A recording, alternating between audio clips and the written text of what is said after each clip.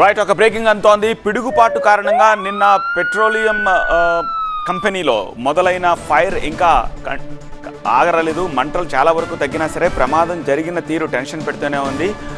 దానికి సంబంధించిన బ్రేకింగ్ ఇది. విశాఖలోని ఈఐపిఎల్లో అగ్ని ప్రమాద ఘటనపై ఇప్పుడు విచారణ జరుగుతోంది. ట్యాంక్ లోపల ఇంకా కొంత భాగంలో మెథనాల్ మండుతున్నట్టుగా తెలుస్తోంది. ఘటనా స్థలాన్ని పరిశీలించింది పీసీపీ అధికారుల ఫైర్ సేఫ్టీ టీము. ప్లాంట్లో ఉన్న లైటింగ్ ప్రొటెక్టర్ సేఫ్టీపై అనుమానాలు వ్యక్తం అవుతున్నాయి. పిడుగు ప్రభావం లేకుండా ఉండేందుకు తీసుకున్న చర్యలపై కూడా అధికారులు ప్లాంట్ ఉన్నతాధికారులతోటి చర్చిస్తున్నారు.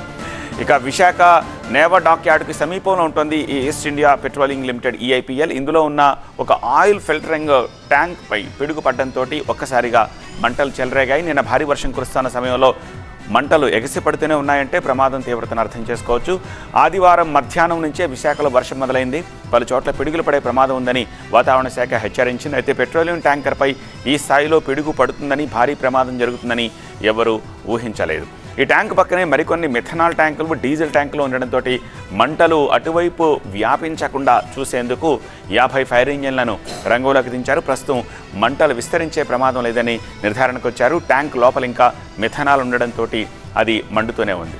కొద్దిసేపటి క్రితం మంటలు పూర్తిగా ఆరడానికి మరిన్ని ఫైర్ ఇంజిన్లని అక్కడికి తీసుకొచ్చారన్నట్టుగా తెలుస్తోంది. సో ఇంకొద్దిసేపట్లో మంటలు ఆరతాయని అధికారులు చెప్తున్నారు.